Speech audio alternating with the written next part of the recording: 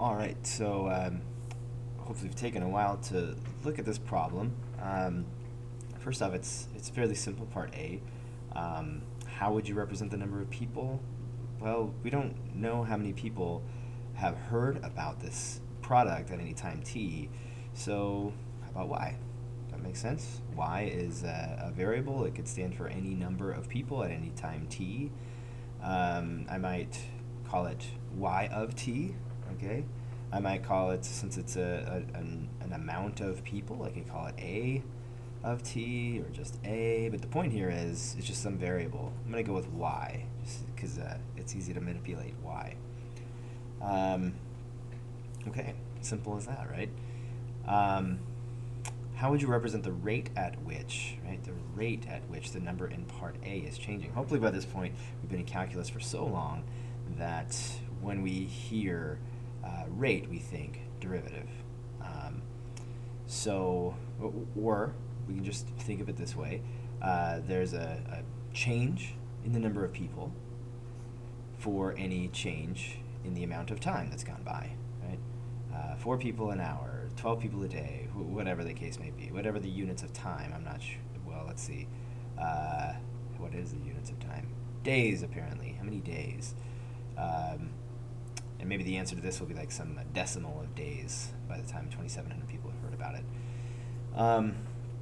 So we might recognize this as dy dt, right? The derivative of y with respect to t. All right, simple as that, dy dt.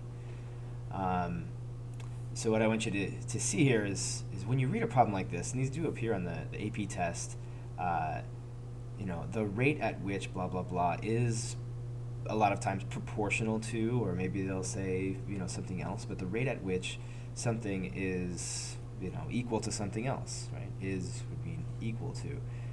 Okay, so given your response to part B, this, write an equation for the rate at which the number of people who have heard about a product given to the rate is proportional to the number of people who have not heard of it yet. So the next thing is this proportional to. What does proportional to mean? Well, let's say A is, let's say proportional to B, then A equals some constant times B, So if the rate is proportional to the number of people who haven't heard of it, then dy dt, the rate is proportional to, equal to some constant times the number of people who haven't heard of it. Well, y is the number of people who have heard of it. The number of people who haven't heard of it, well, let's see. To begin with, no one has heard of it. So at time 0, the number of people who have heard of it is 0, okay?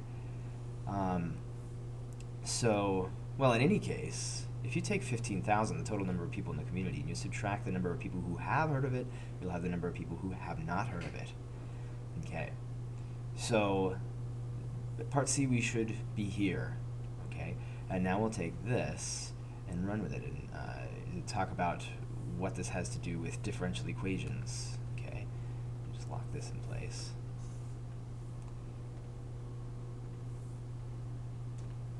So what we have here is something I can't see. There you are. Did you get it cut off? What's the deal here?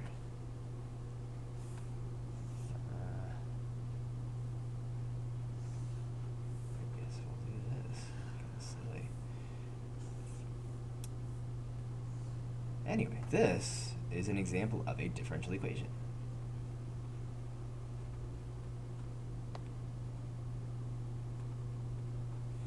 Differential equation. And that is such a simple thing. It's an equation that involves a function and its derivative. And here is one of those. So it just involves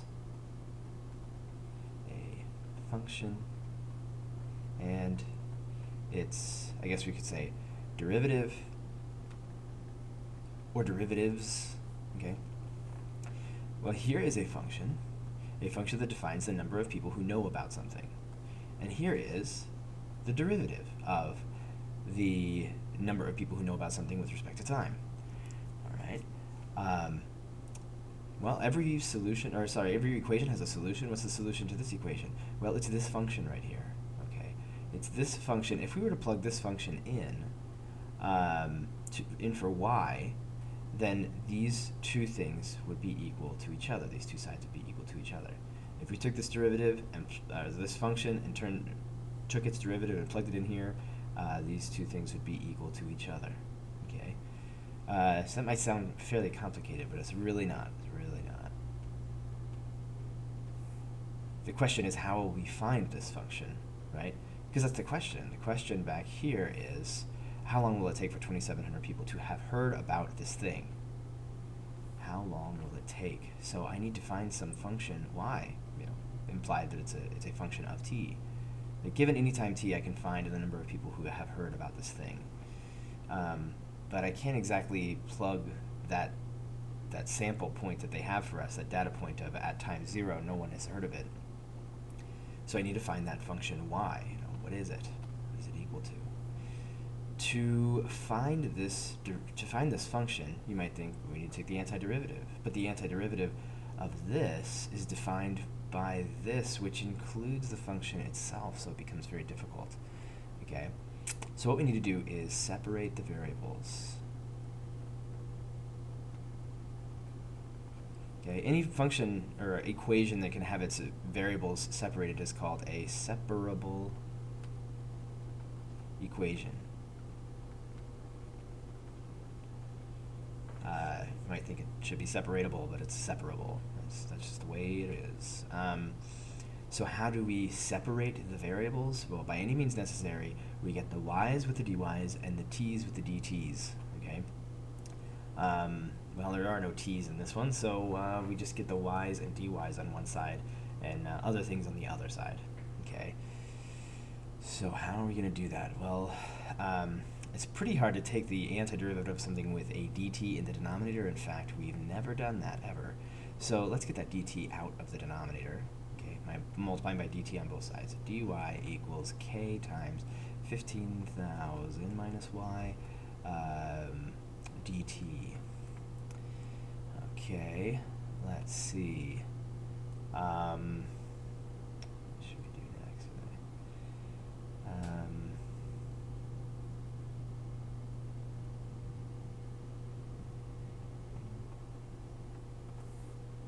Let's see, I'm thinking let's just divide by 15,000 minus y, and the same over here, minus y.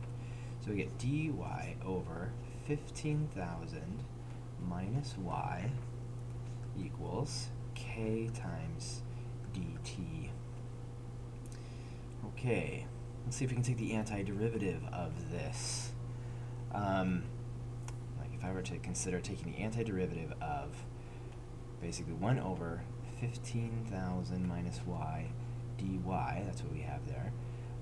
When do I have y in the denominator and dy over here? 1 over y, that's a natural log situation. Okay? And, if I were to let this be u, then this would almost be du, but it would be, this is actually negative du, right? Because the derivative of 15,000 minus y, derivative, let's see, yeah, if 15,000 minus y is negative dy, right? Because that goes away, and then we just get negative dy. So so du, right? Because this is u equals negative dy. So dy equals negative du. All right. So what we have is 1 over u times negative du. So put that negative out there. And so the antiderivative of this is natural natural log of u, actually the natural log of the absolute value of u, and so it'll be negative natural log of 15,000 minus y, because that's what u was. And we don't need to put absolute value because the number of people who know about something is never going to exceed the number of people that exist, okay? So we don't have to worry about that. So we'll come over here. We've taken the antiderivative of this. It's negative natural log of 15,000 minus y. What's the antiderivative of this? Well, it is, this side is with respect to t. What is the derivative of a constant times dt? It's just kt, right? Okay. And we don't want to forget the plus c. Okay, so to continue from here, we just need to realize we're looking still for this function y. You can see the value of y is here, right here, and so we want to isolate it. First, let's get rid of this negative on the left side. We want to get this y. So we get the natural log of 15,000 minus y equals, so natural log of 15,000 minus y equals negative kt minus c. Next, we're still trying to get y by itself. We've got to get it out of this natural log business, so we'll exponentiate both sides, is what it's called. We make both sides the exponent of e. Doing the same thing to both sides still equal. On this side, we get the cancellation of e to the natural log of something. We just get the something back. And on this side, we get e to the negative kt minus c. Now, I'm going to rewrite this and then explain why I can do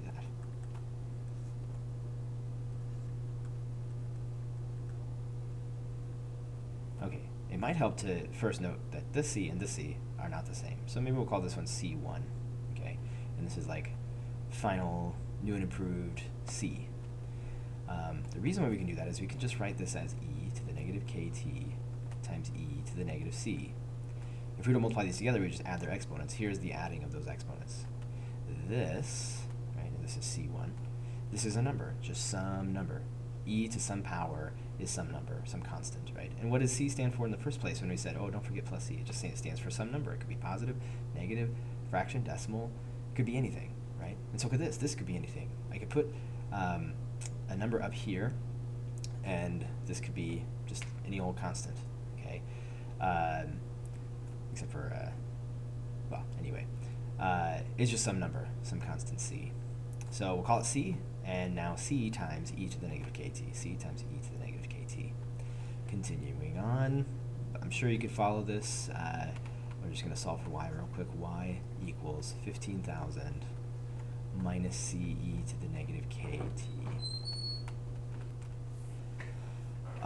So here we are. We have the function y. That's the number of people who have heard about something at any time t. Right? So all I would have to do conceivably is just plug in, like, after 5 days, how many people have heard about this thing? Plug in 5 for t. The only thing is I don't know what k is. I don't know what c is.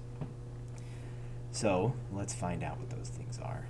How do we do that? Well, if we look back here, they tell us that to begin with, that would be no time has passed. No one has heard. That would be the number of people is 0. And also, 6 days, that's t equals 6. 1,500 people have heard about it. That's 1,500 equals y. Okay?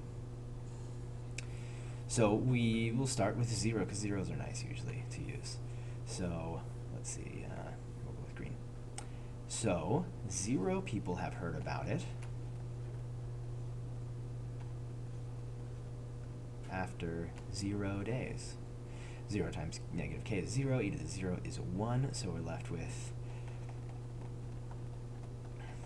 15,000 minus c times 1, and so c obviously is equal to 15,000.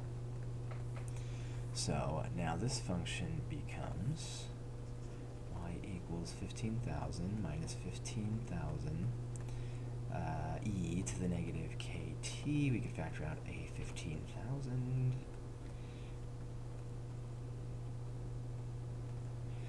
And continue on from there.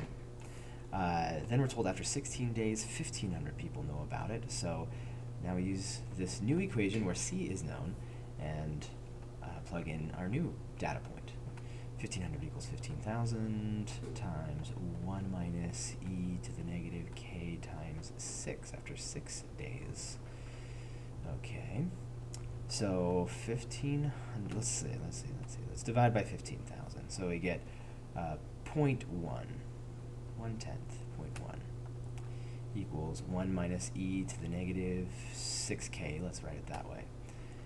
So then we do a little moving around. We get e to the negative 6k. Let's get some more room here. E to the negative 6k equals 0.9. And we'll take the natural log of both sides. Negative 6k equals the natural log of 0.9.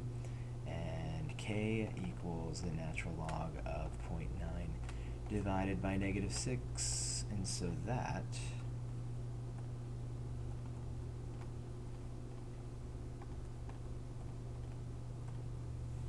let's call it 0.018. Approximately 0.018. So now the function becomes y is equal to 15,000 times 1 minus e to the negative k. So k is, let's see, oh, that should be negative actually. Or should it be? Let's see. Oh, sometimes things get erased and they shouldn't. Natural log of 0.9 is going to be negative, but negative is 0.18. Yes. So k is 0.18, so we have negative 0.018 t. Then, final question. How long will it take for 2,700 people to have heard about it? So this is y equals 2,700, and this would be t equals question mark. So we're going to solve for t when y is 2,700.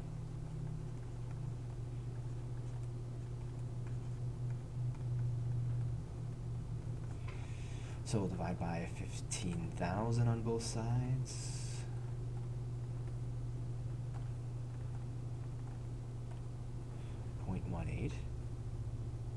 .18 equals 1 minus e to the negative 0.018 t.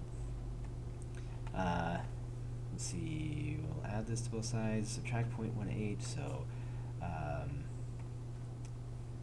negative answer plus 1.82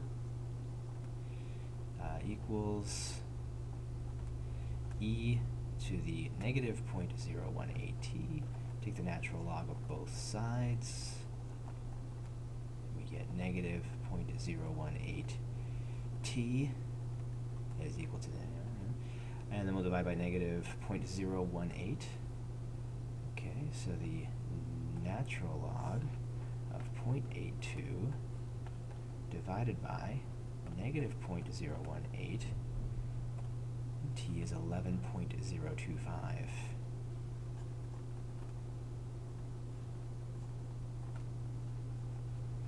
So that's how many days have to pass before 2,700 people out of the 15,000 people have heard about this product, whatever it is. Okay. The important thing here, and you've seen me work out a pretty good example, pretty involved example, but it's a differential equation, and the main idea here is we want to separate the variables, and then once we do that, we can find our function, whatever it is, and even though there are a lot of things we didn't know,